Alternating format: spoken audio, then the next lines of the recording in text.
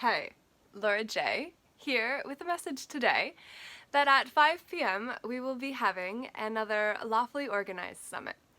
This time will be different than the others because before we were focusing on one solution, which was Article 61 of the 1215 Magna Carta. And after 3 months of hosting meetings with the Practical Lawful Dissent UK-Canada Commonwealth group that's now become International Practical Lawful Dissent, after drama came into the frame and there was a lack of support and lack of leadership so far as what I would follow, I and Chantal decided that we were going to regroup and figure out the truth around what is going to be the best use of our time. Because as Brenda Williams told me several years ago, and has continued to prove valuable recommendation, and I offer to you now too, is no distractions and no fatigue.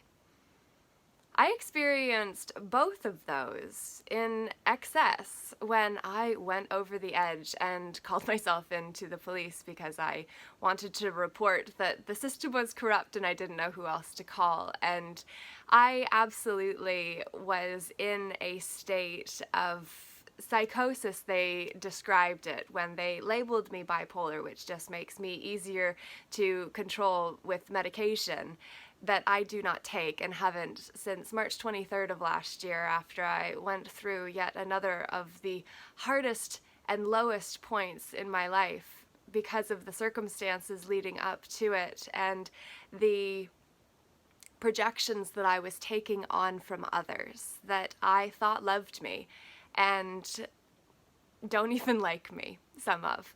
And so I've really learned a lot in the last 2 years, I'll say, because my hotel stay in the mental health system in October 2019 completely ripped my world open.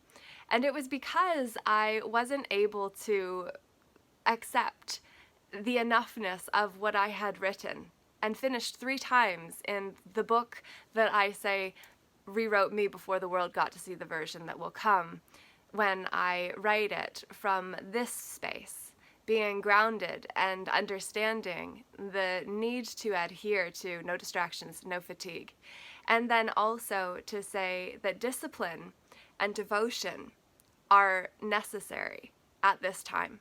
And that is why I will be doing my violet flame decrees of the head, heart, and hand decrees and really working to emblazon the violet flame around me inside of the tube of light that comes down from the I am that I am presence, where the Christ self is in between on the silver cord that ultimately is a lesson that I have gained access to in the last year and has been a saving grace because it gave me tools that I can use.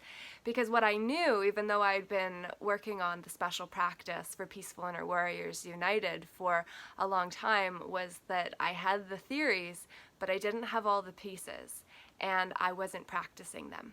And so I really had to walk my own talk and become more disciplined myself and clean up my own act in order to be able to come before you clean and pure and, well, as much as what you can in a world like this. But nonetheless, I am doing my best to be the best version of myself because now I understand that we're all here to become ascended masters, just like Jesus and Buddha and the greats that we look to as if they were special people who were, yet so are we. We are the chosen ones. We are the chosen ones. We are the chosen ones. We are the chosen ones. We are. It's true, we are. We are the chosen ones, my friends. And what is required now from my perspective, and the reason why today's meeting is going to be at 5 o'clock, where we're going to lawfully organize ourselves again. But this time, not focusing specifically on the one solution, but on bringing all of the movements together as best as what we can. And so that really requires working together. And to say we don't necessarily know what it's going to look like, but what we do know is that we need to dream a new dream together. And we also need to help people understand that personal responsibility and personal accountability is a key component of the process that we're currently going through as a collective in the up-leveling that is experienced right now in the chaos of control, which is only pushing us to the edge of what previously was perceived to be okay, and now we say no. Because what we tolerate, the next generation will embrace. And we already see that with their training and the conditioning, and their putting up masks if they see somebody that is just passing by on the sidewalk outside. It's maddening for someone that has eyes to see the lies these kids are thinking are obvious when they're completely oblivious to the truth.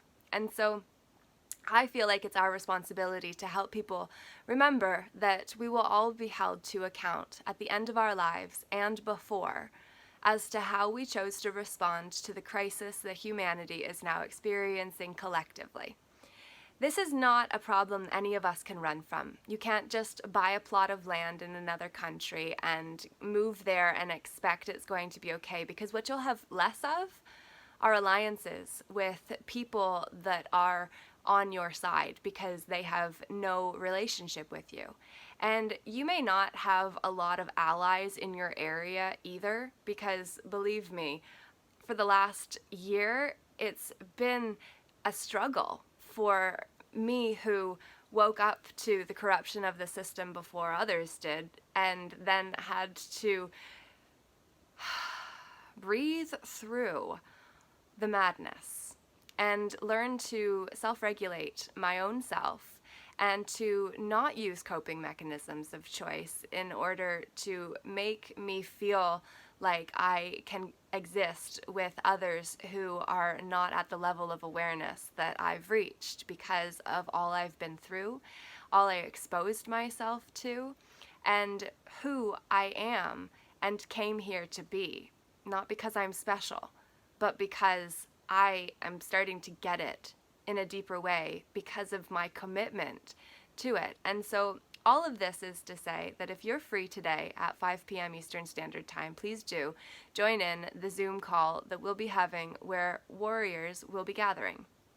And we will be doing so in the name of dropping the walls on all of our individual movements that take your time, energy, effort, attention, and often money, because many of these are asking for donations that then you put into their cause, and then I don't know what happens to it. I haven't been asking for anything from mine. All I've been saying is that humanity needs to band together. And so it's happening now, and movements are uniting. And basically what I believe in my heart of hearts is that we need to take everything that each of us have individually been working on, and we need to open up those resources so that we can compile all of them into one space, so that we can make all of it available to those that are willing to take action but need to have it laid out for them to be able to do so.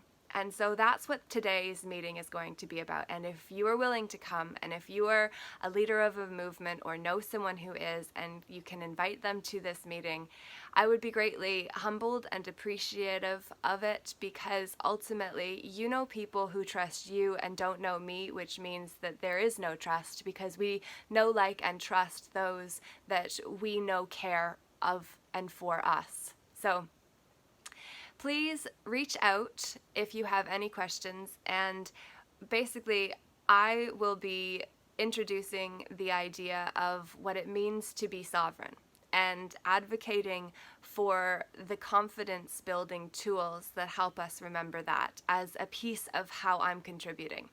I will also be laying out the Peaceful Inner Warriors United special practice formula that is designed to make our multidimensional aspects like the layer cake that it is, but make it practical and actionable. So I'm doing my best to do my part from a woo-woo perspective that's grounded in reality and possibility. And then I'm also saying that everybody who is further down the road with movements around common law around legalese and how we've been duped with it for longer than what we can even remember or recount. I please hope that you'll join in and we can unite these movements. And whether today is huge or whether it's just a few, it's progress. And what we have to remember is that every mountain is climbed one step at a time. An elephant is eaten one bite at a time. And we make it through this one day at a time.